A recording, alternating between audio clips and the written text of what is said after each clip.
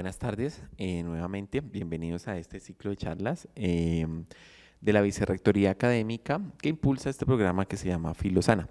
Filosana es impulsado por la Universidad Pedagógica Nacional, principalmente por la Vicerrectoría Académica, en el cual buscamos una educación con alma, una, digamos, filosofía que atienda también, digamos, a este entender qué es el alma y también una psicología. Como lo hemos mencionado tal vez en otros escenarios, por alma aquí entendemos la vida que tenemos todos en cierto sentido imaginativa, la vida de las pasiones, como esa vida que de una u otra manera involucra no solo, por decirlo así, el aspecto físico, visible, material, sino a su vez el aspecto, digamos, como imaginativo de aquello que de una u otra manera termina como haciéndonos. Por ejemplo, por alma podríamos entender lo que, siguiendo un autor que estamos referenciando, James Hillman, el alma es aquella que se expresa en imágenes, en emociones, en sensaciones, en sueños. Entonces, ¿qué significa esto? Una imagen y una sensación usualmente viene de la parte, vienen de mano, ¿no? Entonces, por ejemplo, uno le dice a una persona, mira, imagínate una hamburguesa y claro, la persona se la imagina, pero no solo se la imagina, sino que produce saliva, todo eso, si le gusta la hamburguesa, ¿no? O si la rechaza, pues también tiene el mismo nivel de rechazo. La imaginación, digamos, como que es un factor muy potente en la cuestión de eso que llamamos alma, y también el alma se expresa a partir de fantasías. ¿Qué quiere decir? Se expresa a partir de fantasías. Por ejemplo, Giorgio, una persona que, qué sé yo, digamos que tiene la fantasía de tener un carro y de pronto considera que eso le va a dar mejor estatus social o laboral. Entonces, una persona, digamos, que está en esta fantasía. ¿Por qué llamamos fantasía? Porque es como si en el espacio psíquico, en el espacio del cerebro, en el espacio imaginativo, estuviera movida por toda una cantidad de imágenes, o podríamos decir en términos coloquiales, una película que se mueve ahí y en la cual la persona está ya metida en esa narración o en ese espacio imaginativo.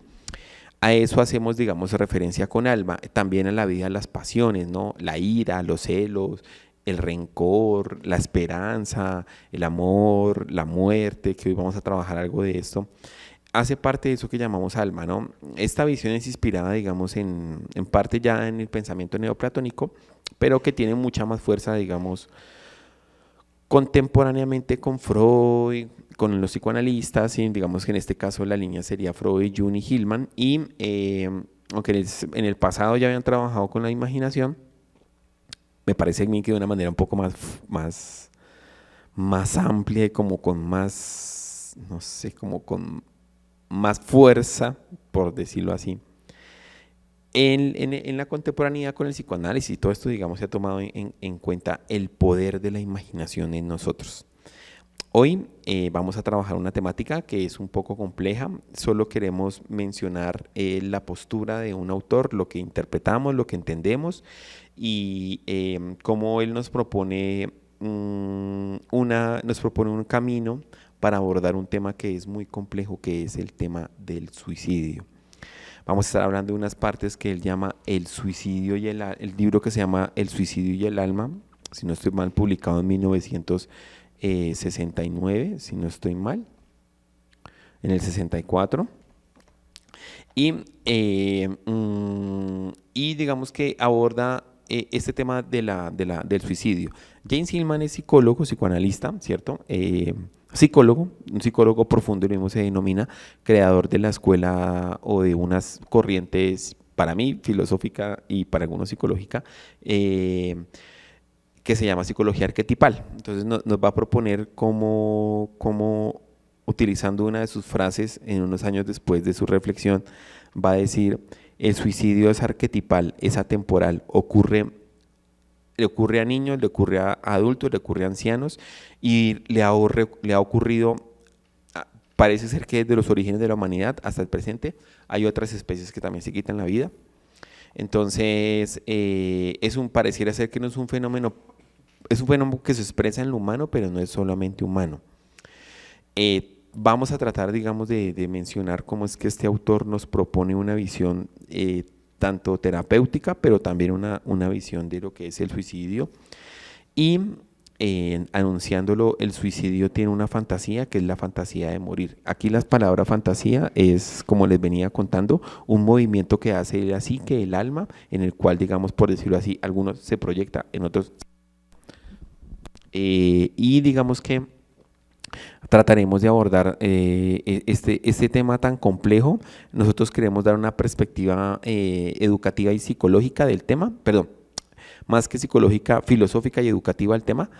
Y pretendemos es como presentar una visión de cómo se aborda esto y también de los diversos puntos, podría yo decir, niveles en los cuales este autor, en este libro que me parece a mí complejo y maravilloso, aborda un tema tan complejo como lo es el suicidio. Un tema, digamos, que no es contemporáneo, un tema, digamos, que avanza, por decirlo así. ¿Por qué decimos que avanza? Porque según la medición de la OMS y, digamos, en diferentes instituciones, el suicidio, digamos, que es algo que viene creciendo. También se sabe que en algunas regiones viene más impulsado. Y vamos a tratar de mencionar algunas posturas o miradas que tiene el autor sobre esto. Un tema muy complicado para aquellos que lo padecen, para aquellos seguramente que en algún momento de sus vidas han tenido la sensación de cortar literalmente con la vida. Y para aquellos familiares y personas que han tenido un familiar o un amigo o un cercano que lastimosamente tomó opción digamos, por la literalidad, la muerte física.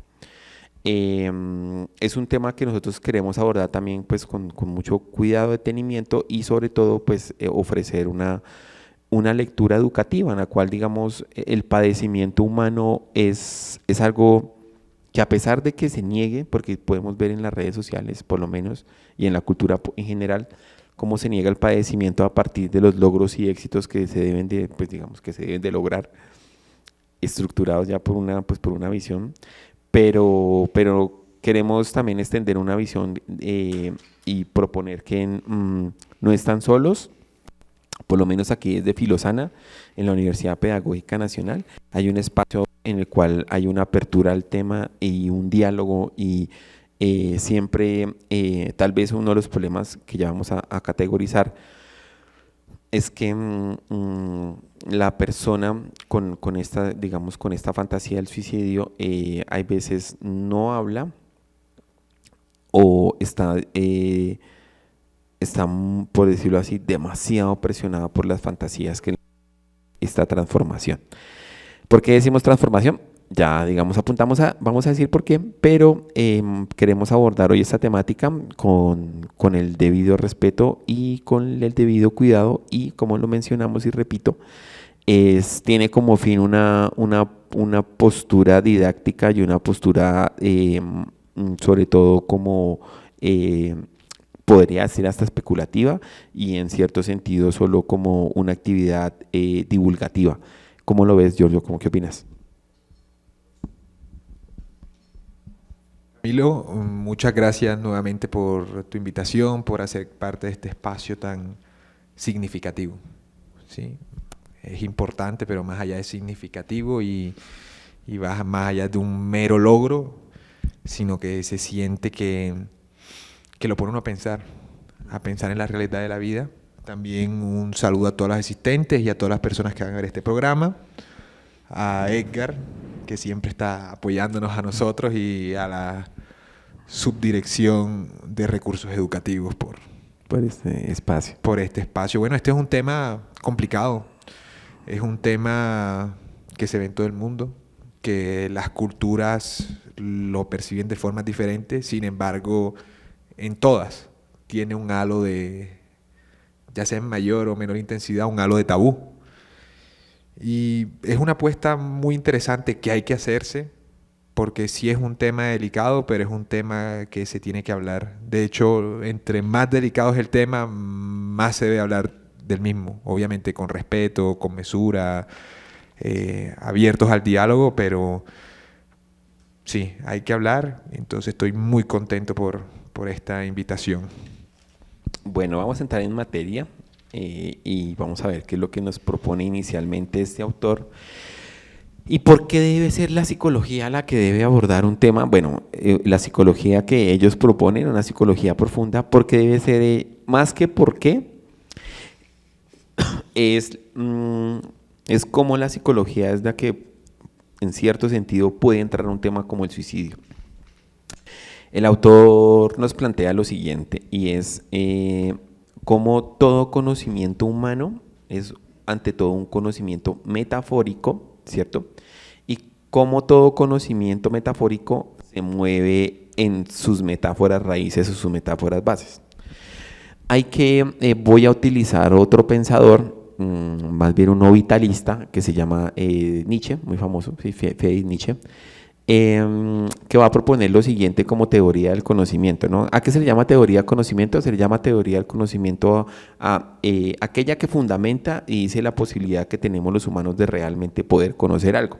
Entonces, más o menos el punto de vista, por decirlo así, del científico y de la cultura popular es que hay como una especie de realidad física siempre estable, siempre medible, calculable, cuantificable, en la cual, digamos, el entendimiento humano, en la medida en que va adecuándose, digamos, a la realidad externa, por decirlo así, va con por medio del entendimiento, la lógica, por medio, digamos, de estas categorías, digamos, de esta manera de pensar, como que va conociendo la realidad.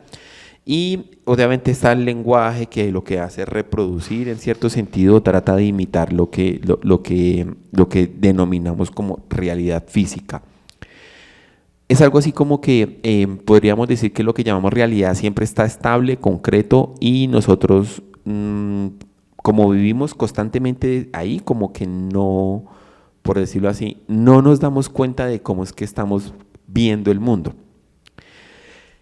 Nietzsche se dio cuenta o planteó en un texto muy bonito que se llama Más allá, la verdad y la mentira en sentido extramoral. Él va a decir, claro, lo que nosotros denominamos conocer una realidad es siempre conocer por medio de una imagen. ¿Qué quiere decir esto?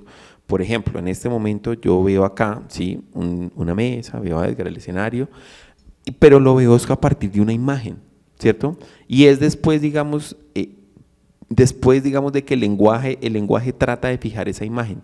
Entonces, yo digo, claro, listo. Entonces, yo veo una imagen, o sea, lo que yo veo en la realidad es una imagen, ¿cierto? Después de que yo veo siempre imágenes, dice Nietzsche, después de que yo veo imágenes, con el lenguaje, digo, traduzco lo que la imagen, por decirlo así, mental ocurre, y el lenguaje se vuelve como la estructura de conocimiento en el cual siempre estamos pensando. Entonces uno dice pasado, presente, futuro, y uno cree que está hablando lo mismo y no. Entonces, ¿por qué no? Porque la imagen que yo tengo del pasado, presente y futuro no coincide necesariamente con la tuya. Solo que por el lenguaje, la estructura del lenguaje, y él va a decir por la repetición, por el tipo de repetición y de conocimiento, perdón, conocimiento no, sino por la repetición nos hace creer que eso es algo estable, ¿sí? Nos hace creer que esta imagen que yo veo en este momento, ahora en este presente, se va a parecer a la de mañana y algo así, y tenemos un lenguaje que nos hace tener o creer que la realidad es algo estable. Entonces Nietzsche va a decir, mira, ¿sabes qué? Lo que el conocimiento científico, lo que el conocimiento humano cree que es conocimiento estable y fijo, no lo es. Siempre estamos conociendo por medio de una imagen, y siempre que estamos conociendo una imagen por medio, y después de que utilizamos el lenguaje, ya utilizamos es metáforas. Y entonces está diciendo algo que es bien bonito, ¿no? Y es, el lenguaje siempre está metaforizando lo que denominamos realidad. El asunto es que se nos olvidan que son metáforas y creemos que siempre estamos hablando de lo mismo. Por ejemplo, cuando decimos, es que el bosque siempre está verde, ¿cierto? Uno dice, el bosque siempre está verde, y entonces Nietzsche dice, claro, pero ¿por qué se denominó verde y no blanco? Entonces, digamos, yo puedo decir, ¿qué es lo que pasa, no? En teoría, y es, yo digo, mira, el bosque está verde. Yo puedo decir, mira, nosotros como una cultura occidental y educación que tenemos, decimos, mira, el bosque está verde. Pero uno va y se encuentra a alguien de una comunidad indígena y dice, no, el bosque no está verde, el bosque está azul. Porque tiene otras metáforas de otro tipo de lenguaje para entender el mundo.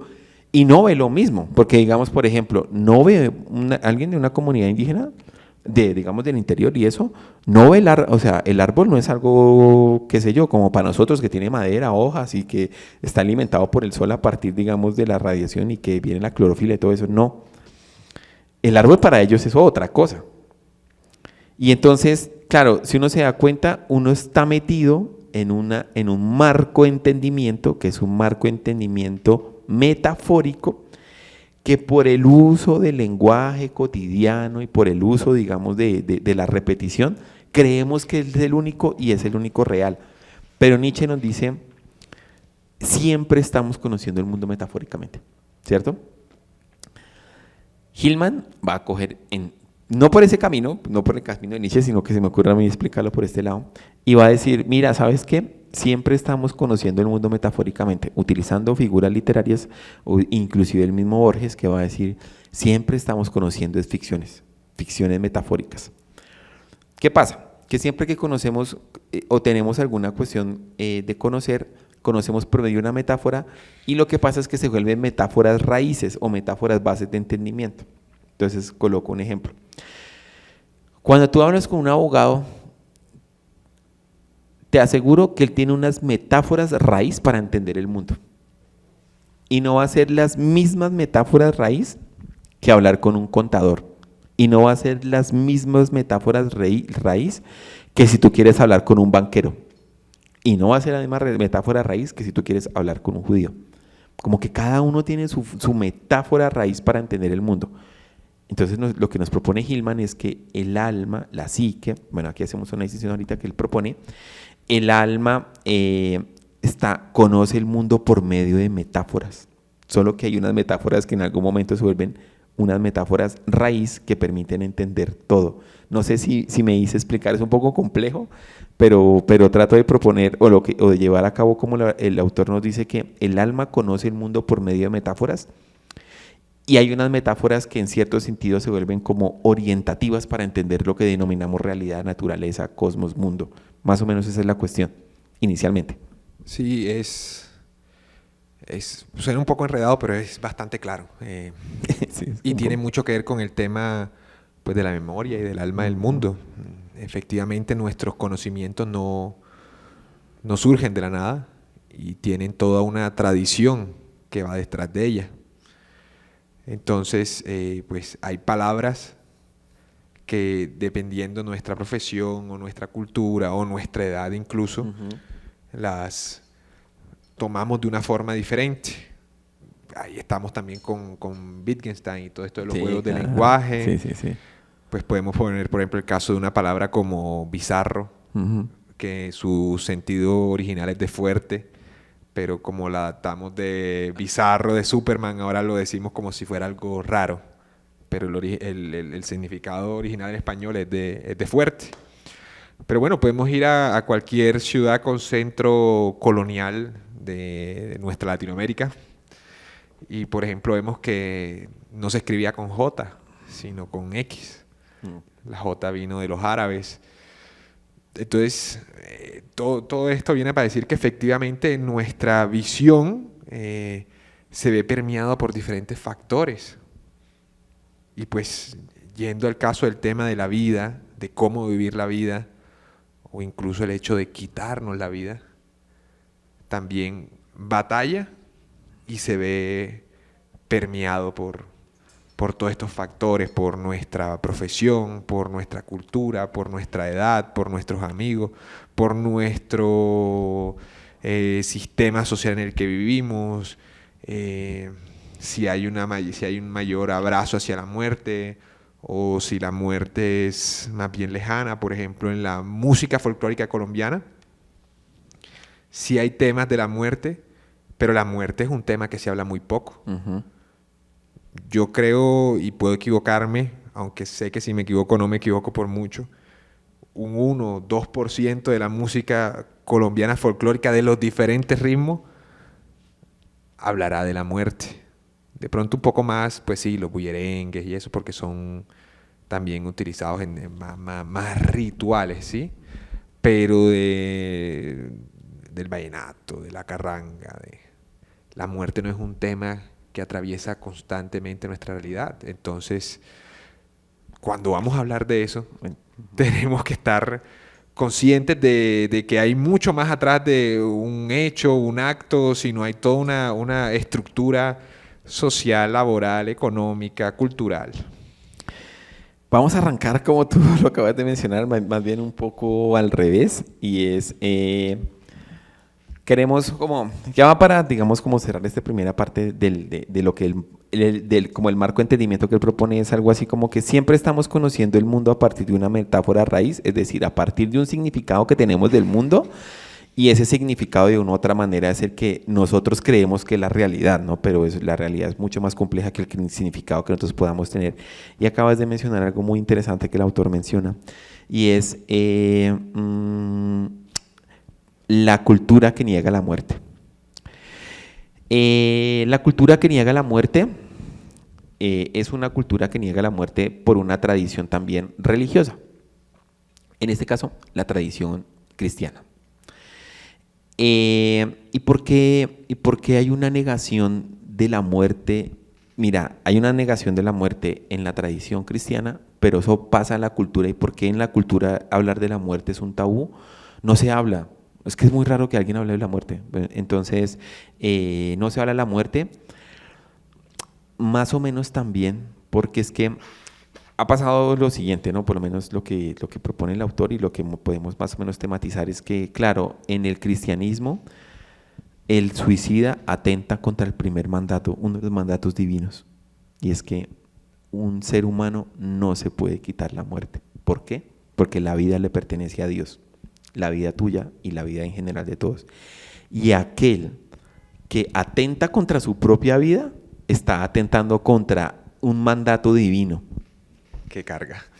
Imagínate. Y entonces, eso tiene problemas teológicos. Yo, digamos, por lo menos lo poco que yo he estudiado en teología cristiana es que el suicida, por lo menos en la mitología cristiana, el suicida entra en un limbo, ¿cierto? No entra, digamos, no entra, digamos, por decirlo así, directamente a lo que pueda ser el juicio que se espera, el juicio final y nada de eso, sino él queda en un limbo, ¿sí? Aparte de eso, es como, no sé, metafóricamente hablando, es como una situación jurídica espiritual, porque él se mató, digamos, él se quitó la vida digamos, sin el consentimiento divino, y en cierto sentido lo que hace es atacar una ley divina, y en cierto sentido también es un problema para la misma cristiandad, porque si Dios quiere la vida y quiere que las personas vivan, ¿por qué permite que una persona tenga libertad y tenga la capacidad de matarse? Y entonces en ese sentido el que se mata está atentando contra un mandato divino. Y entonces en ese sentido, entrando en esa metáfora raíz de por qué se niega también la muerte desde el punto de vista cultural, eso ha pasado a lo jurídico. Hoy en día no. Pero lo que hace Gilman también es mostrar, tal vez por el contexto en el que escribe el libro, era cómo eso tenía consecuencias jurídicas. La persona que se quitaba la vida perdía el derecho, digamos, si tenía propiedades, la familia perdía el derecho a la propiedad privada del suicida. Pero claro, como sobre el suicida ya no se puede hacer nada, ¿cierto? Los que quedaban, digamos, eran los demás. Y entonces eso pasó, por un lado, de la tradición religiosa a la tradición jurídica, ¿cierto? Y era como un doble castigo, y doble castigo para la familia, porque la persona se quita la vida, ¿cierto? Y es sancionada jurídicamente también, y también es una sanción espiritual fuera de, digamos, de todo el marco, hasta del marco moral. Mira, yo cuando uno toca estos temas, hay varias personas que han tenido familiares que lastimosamente se han quitado la vida, varios. No se sabe, o sea, el suicidio sigue siendo un misterio. Aquí lo vamos a trabajar así. Y Hillman dice, claro, la metáfora raíz que puede comprender mejor el suicidio, la metáfora que puede entender mejor, bueno, o que puede acercarse a esta cuestión tan aterradora y misteriosa, es una psicología profunda. ¿Por qué? Porque él va a proponer si en la religión el suicida quedó ya sancionado teológicamente, desobedece un mandato divino, y en el plano jurídico, hoy en día, digamos, no pasa nada si una persona se quita la vida más allá, digamos, de jurídicamente no pasa nada, ¿no?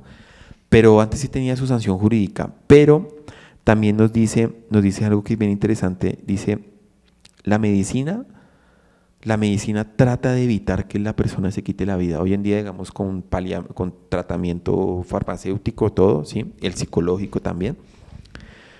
Pero la medicina trata de evitarlo porque su metáfora raíz es salvar la vida a toda costa, ¿cierto? O sea, la metáfora raíz de la medicina es la vida debe ser primero por la vida.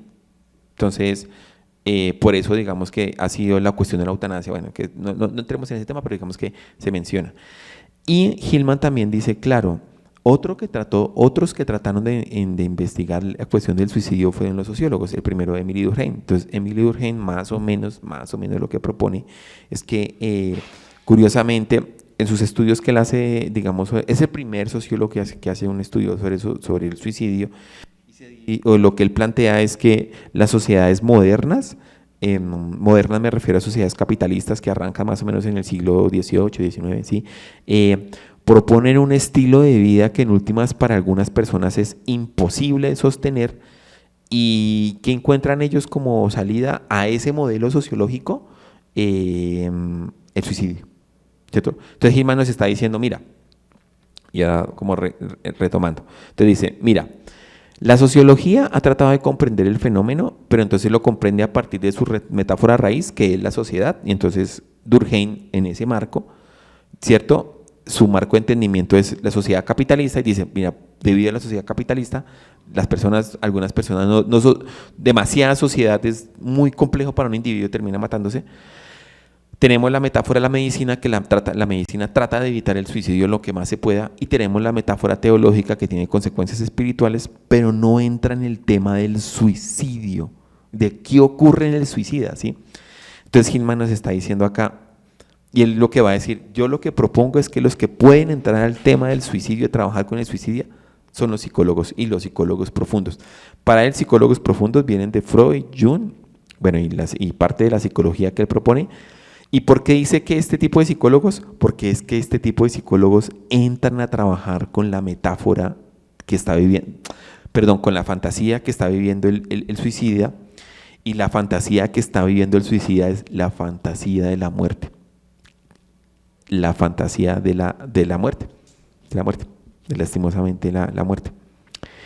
La muerte como finalidad. También es un tema muy complejo porque ya lo dijo Freud, ya lo decían los mitos griegos y en muchas mitologías está. Hay suicidios también en otras culturas. Aquí hay veces se pueden ver, digamos, de una manera ritualística, pero también existe. Y entrar en una parte, voy a mencionar un término que algunos podrán conocer, entrar en el sendero izquierdo del alma, y es entrar en cómo el alma tiene una vocación por la muerte. Hay algo en el alma que quiere morir. Y más o menos este es como el primer parámetro como para tratar de abordar un tema que es complejo. Y bueno, digamos que a pesar de la complejidad estamos tratando de hacer lo posible por plantear y entrar en ese escenario que puede ser cómo en el alma hay una vocación por morir, que es algo para nuestra cultura que choca, como tú lo dijiste, por la tradición religiosa, como no se habla en la cultura, y también el miedo que nos provoca también hablar de la muerte, ¿no? Es algo que pues, no sé, a todos los seres vivos seguramente podrá uno ver. Mira que hay veces cuando uno ve unos documentales de animales, por ejemplo, yo trato de ver documentales, pero no con la narración, sino ver lo que sale.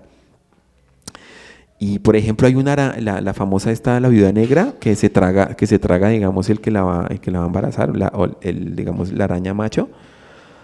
Uy, por ejemplo, cuando lo pica y todo, cuando lo muerde y el macho se le nota en sus ojos que está paralizado del miedo, ¿sí? Cuando uno puede ver todo esto es como claro, el miedo pareciera ser que también es es, no sé, transhumano, o sea, eso está en otras especies. Y claro, porque es enfrentar una frontera que es incognoscible, ¿no? La última frontera. ¿Cómo lo ves, yo? Pues cuando hablamos de otras especies, tenemos que tener cuidado, porque tendemos a antropologizar a las otras especies, y eso hace parte del egocentrismo propio de la humanidad. Seguramente sí sienten miedo, pero no sé. Me parece bien interesante también el suicidio, y el suicidio cómo y el suicidio por qué. Porque hay que ver que hay en culturas que el suicidio del mártir, pues ya no sería un suicida, sino sería un mártir. Ya pasa a ser un héroe. ¿Sí? Entonces hemos visto en atentados terroristas, o podemos ver cuando eran los kamikazes japoneses.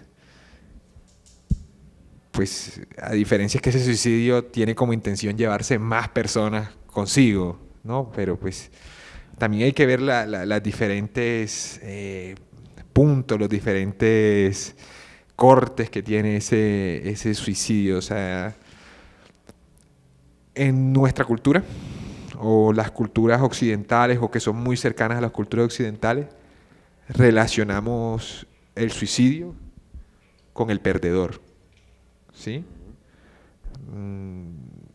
Puede sonar feo, pero digamos que, o de pronto no todos pensemos así, pero si hay una concepción general de que él se suicidó porque estaba mal, o porque se suicidó si tenía todo, si no, no lo vemos como una forma de, no sé, trascender, o como un acto heroico, o como un acto, sino no, como un acto de ya no sabía qué hacer, ¿sí? De estaba derrotado.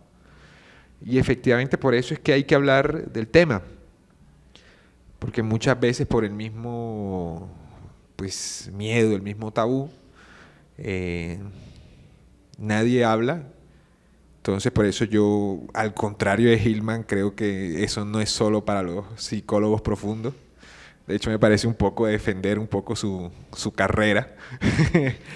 Y tiene que ser un tema cultural, o no en el sentido de que alabemos el suicidio o defenestremos al suicidio, pero es un tema que deberíamos poder hablar sin conmovernos, en el sentido de que lo realizamos con un final triste, porque siempre tiene que ser un final triste. Pues sí, todo final tiene su lado triste, pero me parece que hay que verlo desde otras dimensiones.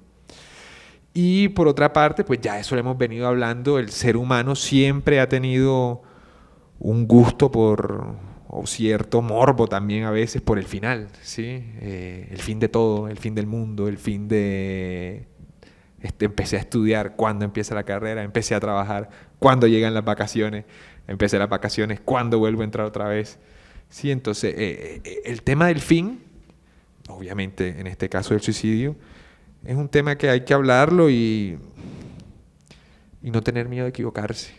Tampoco a ser un chambón y decir cualquier cosa por decirla, pero hablarlo, compartirlo, saber que hay gente que va a tener más conocimientos del tema, que le ha dedicado toda la vida a estudio, pero no debe ser un estudio de nicho, debe ser un estudio abierto, y deben ser charlas abiertas como las que hace Filosana, gracias a ti, Camilo. Gracias.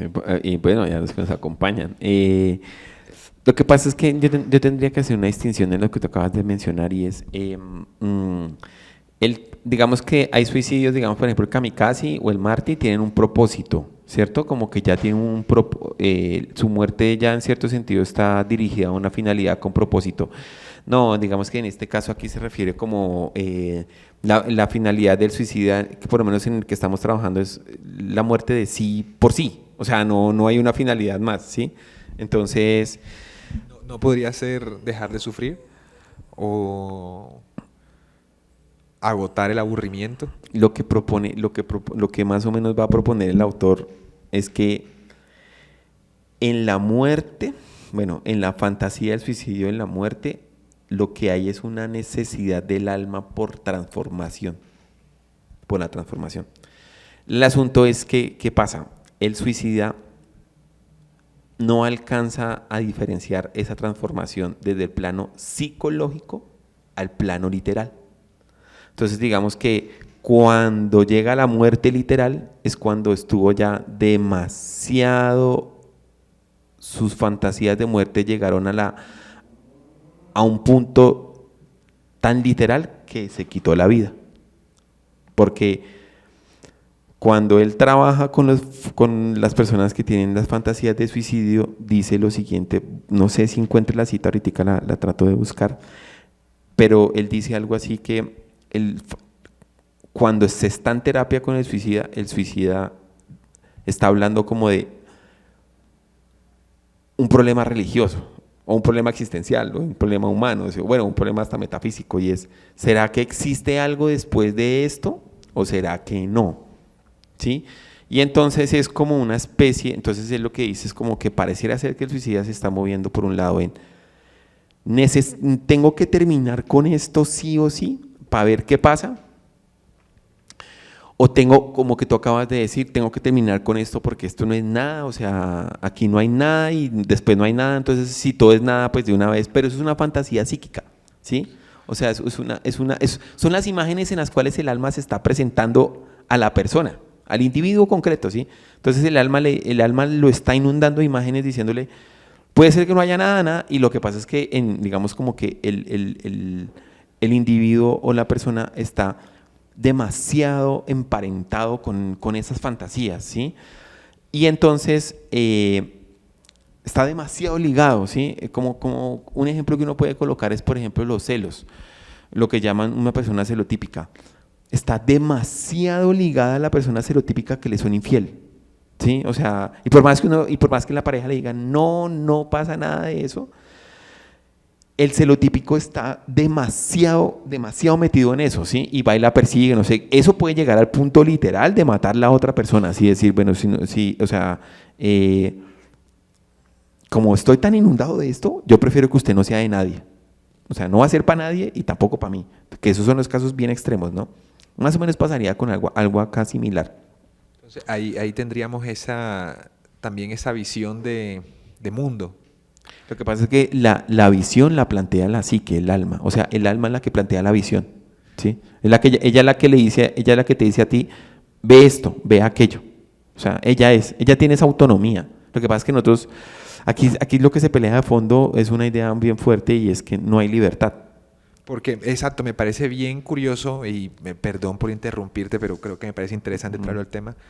No sé si conoce el caso de Jonestown. No. Que fue toda una comunidad que se creó en claro, Estados Unidos, sí, y que después se fueron a la Guyana y se suicidaron. Pero esa fue la que fue orquestada por un tipo, ¿no? Que los llevó y... Sí, él era como el Jesús. Especie. Pero efectivamente había toda esa visión de mundo, todos esos juegos de lenguaje de que él era un profeta. Sí. Entonces le dio como una certeza pues, de algo mejor, de que en el mundo no los entendían y que iban a un lugar mejor. Eso ha pasado y pasa mucho también por esta cuestión. En Estados Unidos sí que pasa eso. Eso pasa más que todo, o sea, por lo menos no sé si pasa mucho en Colombia, pero sé que pasa mucho en Estados Unidos. Hay otro que yo no sé, yo lo vi en Netflix, de unos que se agarraron o sea, murieron pero por muerte militar, porque se encerraron secuestraron como una especie de base, algo así. Y, o sea, el mensaje era, ustedes tienen que secuestrar eso, no sé qué, y allá van a morir. Y fue una muerte militar, o sea, llegaron los militares y se agarraron a bala con ellos, y todos murieron. Porque ese es el poder que tiene, es que ese es el asunto, que es que el alma tiene ese poder de plantearle a uno una visión, tiene ese poder, o sea, ya tiene ese poder imaginativo. Por eso es que hacemos mucha referencia aquí a la vida anímica en imágenes. Porque si tú te das cuenta, o sea, en un proceso terapéutico, uno trata de desliteralizar la imagen en la cual está poseído. Aquí, pues posesión, o que está agarrado, o que lo tiene. Entonces, por ejemplo, los vicios. Lo que pasa es que hay tipos de vicios que son bien caracterizados, ¿no? Entonces, digamos, la cultura hoy en día dice, está muy bien que usted tenga el vicio de estar 6 horas en el gimnasio. Pero tú hablas con ellos y te aseguro que hay una imagen que los posee ahí, que es la imagen de ser estéticamente bien, no sé qué. Además, porque tiene que ir al gimnasio, o sea, porque no puede ir a otro lado, ¿sí? Entonces, detrás de eso, todo, o sea, todo eso está movido en la industria. Algo que pasó es que, y por eso es que Freud tiene como, bueno, digamos la cuestión es que Freud se dio cuenta de eso, Freud se dio cuenta de que los seres humanos somos movidos por fantasías psíquicas. Lo que pasa es que él no explicó eso desde el punto de vista cerebral, ni desde el punto de vista, sí, cultural, sí, de meticultura, pero bueno, aquí una interpretación freudiana, Freud interpreta la psique humana desde el punto de vista mítico, no como un desarrollo histórico, sino va a decir, mira, lo que está pasando en la vida de las personas es que están movidas por fantasías, imágenes. Esas fantasías, imágenes se parecen mucho a lo que está contando un mito y un mito termina siendo la realización de la vida de una persona. Entonces, por ejemplo, digamos, la persona que, digamos, bueno, cojamos el ejemplo, ya que lo dimos, el que está full en el gimnasio. No tenemos nada contra eso, pues está muy bien que la persona vaya por su salud, todo eso. Pero es un mito narcisista. O sea, su fantasía es narcisista, ¿sí? Por eso es que tiene que verse en el espejo y todo eso, ¿sí? Y por eso, mira, no es curioso que el gimnasio esté lleno de espejos. O sea, no es casual, ¿sí? Eso no es que venga para que se vea adornado, no, porque es que la gente necesita amarse, pero es una amarse frustrante, ¿sí? Porque se está viendo en el espejo y en últimas, sí, aparentemente le gusta lo que ve, ¿sí? Pero está repitiendo eso todos los días, o sea, eso se vuelve es una carga, eso no se vuelve un algo bonito, ¿sí? Pues no sé, desde esta visión, ¿no? Porque se puede categorizar de manera diferente, ¿sí? Eso me genera una pregunta. Entonces, ¿el suicidio no vendría de la mano con una radicalidad? Eso es lo que estamos discutiendo, que el suicidio, por lo menos a nivel teológico y a nivel de la vida, por decirlo así, el alma hace afirmaciones que van en contra de la vida. El alma podría hacer afirmaciones que van en contra de la vida del cuerpo literal, del cuerpo físico. El alma tiene ese poder de hacer. Entonces hay que entrar a mirar por qué el alma hace esas afirmaciones, ¿sí? ¿De dónde provienen? ¿Sí? Entonces por eso te decía que el alma tiene una vocación por la muerte. Y te voy a leer algo que por eso también, eso pasa a nivel personal, pero pasa a nivel masivo, social y cultural. Dice, si el suicidio es un impulso de transformación, podemos considerar la preocupación actual por el suicidio masivo a través de la bomba, como un intento de la psique colectiva de renovarse, liberándose de las ataduras de la historia y el peso de esas acumulaciones materiales. En un mundo en el que predomina abrumadoramente las cosas y la vida física, en el que las mercancías se han vuelto en el bien, aquello que las destruiría y a nosotros con ellas a causa de nuestros apegos, se convertiría, por supuesto, en el mal. Sin embargo, ¿no podría ser tal mal en alguna parte un bien disfrazado al mostrar los tambaleantes y relativos que son nuestros valores actuales? A través de la bomba vivimos a la sombra de la muerte. Si bien puede acercar la experiencia de la muerte, no debe significar que el suicidio masivo también esté más cerca. Allí donde se aferra a la vida, el suicidio adquiere el atractivo compulso del ensañamiento. Y eso es cierto. Por allí donde se convive con la muerte colectiva, como en los campos de concentración nazis o durante la guerra, el suicidio es poco frecuente. La cuestión es, cuanto más inmanente es la experiencia de la muerte, mayor es la posibilidad de transformación. El mundo está más cerca de un suicidio colectivo, sin que este suicidio deba producirse realmente.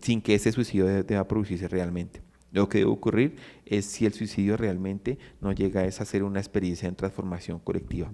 La bomba puede ser así la mano oscura de Dios, el que ha mostrado antes Noé y a los pueblos y a las ciudades de la llanura, instando no a la muerte, sino a una transformación radical en nuestras almas. Más o menos, para traducir, es lo que él dice, es como La experiencia de la muerte del suicidio es una experiencia radical, tú lo preguntaste, de transformación, pero radical. Entonces él dice, así como pasa en un individuo, a nivel cultural de la psique colectiva, la experiencia radical de transformación sería la bomba atómica. Y por eso se fantasea con la bomba atómica.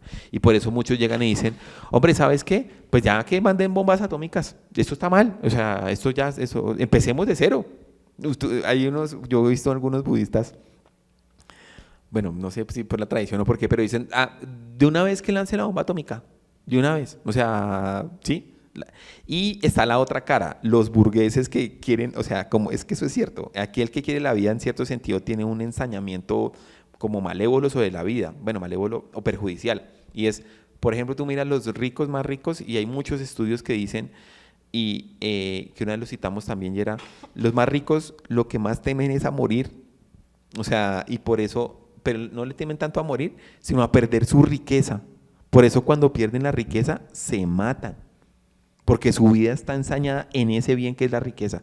Y como hay otros que no lo tienen, pues dicen, pues arranquemos desde cero y borremos esto. O sea, sí es como la psique lo que busca es una transformación, pero radical, o sea, de raíz, ¿sí? O sea, entonces por ese sentido ataca la pregunta tuya, la que tú decías, sí, o sea, es un tema radical, pero eso lo hace la psique. Ahora, vamos a ir a las propuestas o lo que él propone, ¿no? Tengo otra pequeña pregunta. Entonces también hay un apego radical. Habría un apego radical, o sea, es que el alma se mueve en esas ambivalencias. O sea, habría un apego radical, ¿cierto? Que es sostener la vida, por ejemplo, el apego médico, sostener la vida independientemente de cómo esté. Un apego radical a la vida. Sí, pero también es que el alma es muy compleja y entonces puede generar apegos que van hasta en contra de la vida del sujeto, ¿sí? O del individuo, o de la persona. No estoy contigo, mejor no estar. Sí, entonces, sí, exacto. Puede llegar a apegos así. Es que el alma es compleja, o sea, por eso es que él dice, para entrar a abordar, y aquí pues te contravengo, y él dice, para entrar a estos temas sería una psicología que entre al tema de manera profunda, no de manera tan superficial, ¿sí? Porque no nos serviría hablar tanto del suicidio. Sí sirve hablar del suicidio desde el punto de vista biológico, qué es lo que pasa cerebralmente, históricamente, genético, que es como la fantasía que hoy en día se cuenta. Es lo que está diciendo, esa es una perspectiva de abordarlo, sí, está muy bien, si produces, está muy bien, pero yo como psicólogo voy a entrar a mirar las fantasías de la psique. Y entonces ahí eso es un viaje, o sea, el libro es un viaje por la teología, la medicina, lo jurídico, por muchas cosas más. La muerte es de todos. Claro, inclusive va a llegar a decir algo que es, y es cierto, y es los que se han hecho la pregunta por la muerte son los filósofos. Por eso los filósofos dicen, ¿en qué consiste filosofar? Filosofar es una preparación para la muerte. O sea, ¿qué quiere decir preparación para la muerte? Quiere decir, no que me esté representando, imaginando cómo es que voy a morir, si un balazo, un cáncer, un accidente, sino la vida en sí misma tiene otra cara, que es la cara de la muerte. Y lo que la filosofía hace es un ejercicio, Platón lo dice, la filosofía es un ejercicio de preparación para la muerte y el que nos enseñó eso fue Sócrates. Solo que Sócrates, uno podría decir, tuvo un suicidio. No, yo no sé, pero bueno, digamos que asumiendo, ya que mencionemos eso, uno podría decir, Sócrates tuvo un suicidio con propósito, ¿cierto? ¿Y por qué con propósito? En el Fedón, no mentiras, en la apología a Sócrates, que es cuando, sí, digamos que está el discurso de cómo Sócrates muere y todo esto, o es en el Fedón. Apología. No, en el Fedón, que es cuando él también cuenta cómo es su historia de muerte. Bueno, tal vez me estoy equivocando en este momento con cuál precisión, si el Fedón o la apología. El asunto es que Sócrates al final pide un sacrificio, y un sacrificio no, sino él está muriendo y dice, ¿sabe qué? Yo le debo un gallo a tal persona y ese gallo que se lo entreguen, digamos, al dios Asclepio. El dios Asclepio es el de la medicina. Una interpretación que han manejado esotéricamente muchos es que Sócrates lo que está diciendo es que, uy, pero no, Sócrates lo que está diciendo es que la filosofía ayuda en cierto ejercicio, en cierto sentido para la muerte, mm, porque el gallo es el animal el gallo es el que conoce el misterio del sol, porque él se le levanta con el sol, con el día, y el día se puede asociar a la vida. Entonces, en cierto sentido, digamos, lo que propone Sócrates ahí es que el ejercicio filosófico es el que ayuda a llevar una vida mejor. Y por eso o sea, el gallo es ese animal que es del día y se lo entrega a un dios, que es el dios Asclepio, que es el dios de la salud, por decirlo así, de la medicina. Asclepio es si no estoy mal, Asclepio es hijo de Apolo. Apolo también es uno de los dioses, digamos, que ayuda en la razón y la medicina.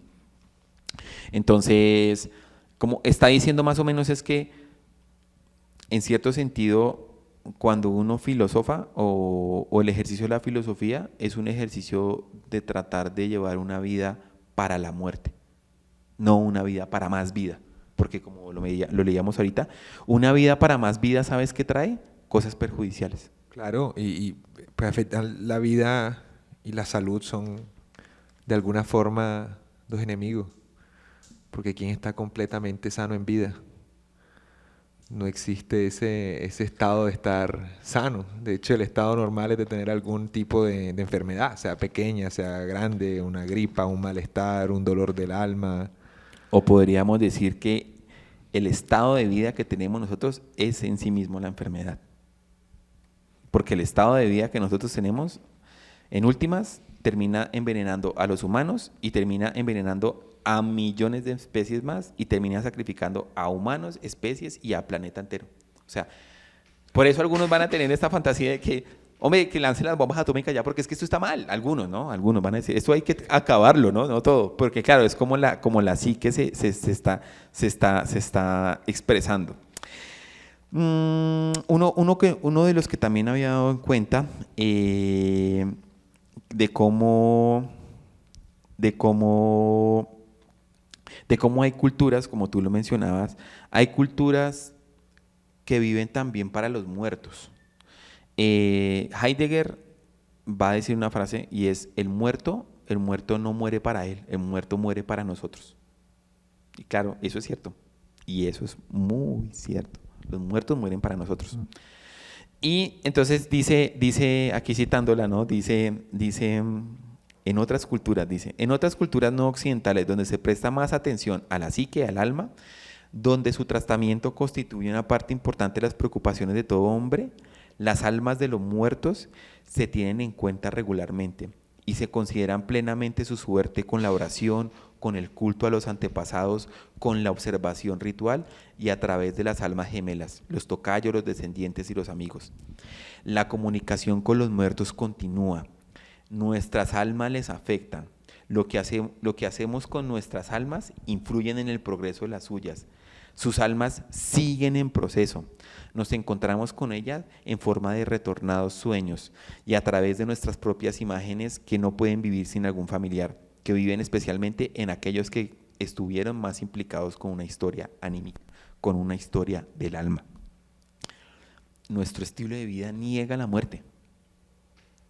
Y que hay una frase que me parece horrible y terrible, que dicen el vivo al juego y el baile al hueco. ¿Qué pasa con una tradición que olvida a sus muertos? Que olvida, que ha profanado también en cierto sentido la vida, porque la vida tiene que ver con la muerte. Y esa profanación de la vida y de la muerte es también un tipo de enfermedad.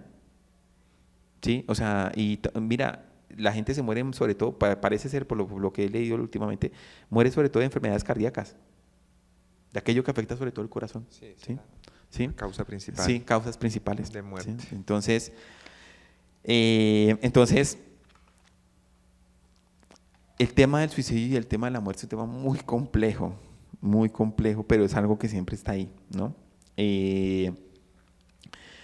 Digamos que para ir cerrando, lo que propone el autor es que, y porque un psicólogo analista, lo que propone él, no lo defiendo, solo estoy haciendo una parte expositiva, lo que él propone es que En análisis, en psicoanálisis pasa algo y es que hay una cuestión que se llama transferencia, o transferencia, cotransferencia. Entonces, digamos, el caso famoso aquí es que el maestro de Freud, digamos, Breuer, estaba analizando una chica, la chica se enamoró de él, digamos, del doctor.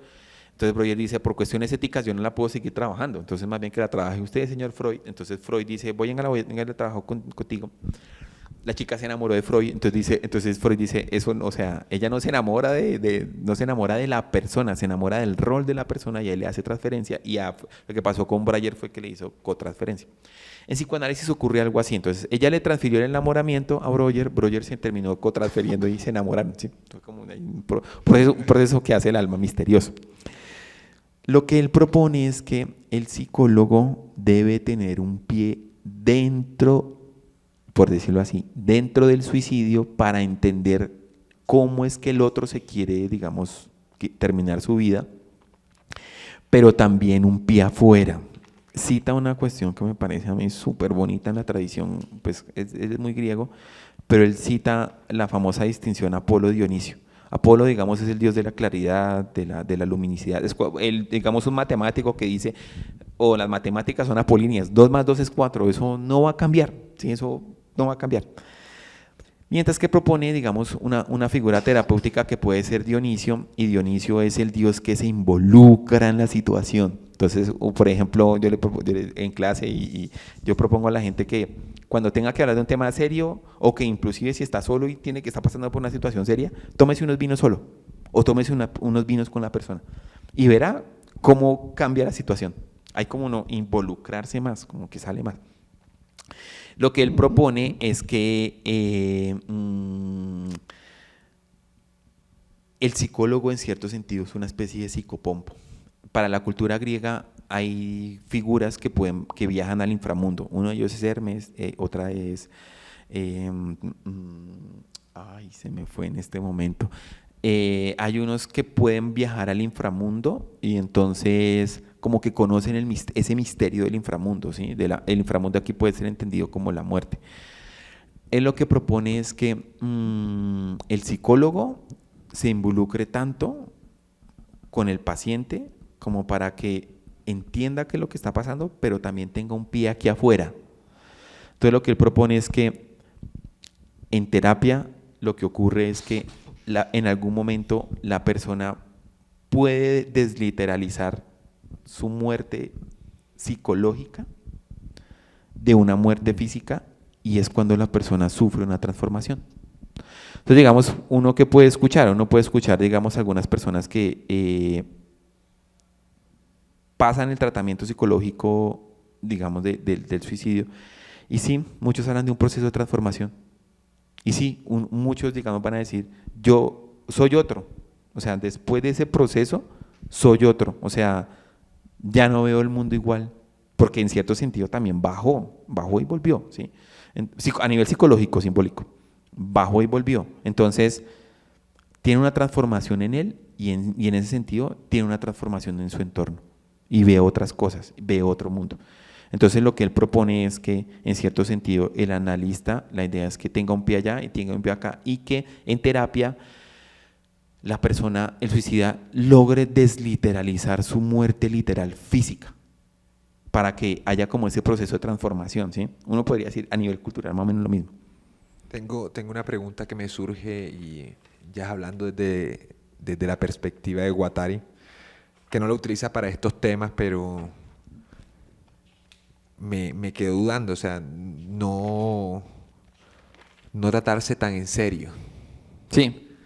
Eso no podría ser una vía, o bueno, una posible vía Lo que pasa para es que, salir de la radicalidad. Lo que pasa es que, o sea, eso es lo que eso es lo que ocurre en terapia, o sea, como que no se lo tome tan en serio, o sea, pero eso, o sea, eso no es solo decirlo, no, eso es, o sea, no es, no, sí, o sea, eso no es de chabacán, sino Sí, eso es un proceso, es que es un proceso que, o sea, que el alma se va reflejando y se va contando y en el lenguaje y todo eso, entonces es un proceso, ahí como diría Hegel, la verdad es el proceso, entonces... Pero este es un espacio adecuado para decir que no tomarse en serio no es como que tú no importas, sino que es también desapegarse de sus ideas, no de la forma de que tus ideas son malas, sino de que hay cosas más allá. Claro, esa sería una bonita expresión y es, hay algo más allá que tú todavía no puedes ver, o sea, todavía no lo puedes ver, ¿sí? Pero en la medida en que tú lo desliteralices, te desapegues, no te lo tomes tan en serio, sería la expresión, en la medida de lo posible no tomárselo tan en serio, puede ser que va haciendo ese proceso de transformación metafórica que está buscando el alma, porque claro, digamos lo que quiere el alma no es precisamente la muerte literal, sino un proceso de transformación, ¿sí? Y ese proceso de transformación va involucrado en todo eso.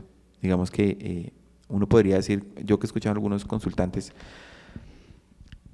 sí, pareciera ser que la fantasía de suicidio, después de todo eso, después de que pasa una persona de todo eso, sí viene un proceso de transformación. Sale otro ser humano, no físicamente, pero sí psicológicamente. Sale otro ser humano, ve otras cosas, algunos se vuelven más religiosos, más espirituales, otros se vuelven, digamos, más compasivos, otros algunos de ellos uno después los ve haciendo trabajo social, no sé qué. Mira que con la adicción pasa algo similar porque es un proceso de transformación duro. Y muchos adictos después, por eso es que hacen trabajo de calle, se vuelven súper compasivos y por eso tiene que ver mucho con la religión, algunos tratamientos, porque hay un cambio muy profundo, sale otra persona, ve otras cosas. Nosotros lo que proponemos es lo que tú acabas de decir, mejor que me gustaría que tú lo dijeras con ese tono, digamos, de alegría que tienes, eso que tú acabas de decir, que eso es más o menos lo que propondría en cierto sentido la terapia. ¿Qué crees, Dilo? Cosas más allá. Sí, sí. Despegarse un poco y bueno, es la invitación de todas estas charlas y estos cursos y estos programas de radio, otros mundos posibles. Sí, entonces,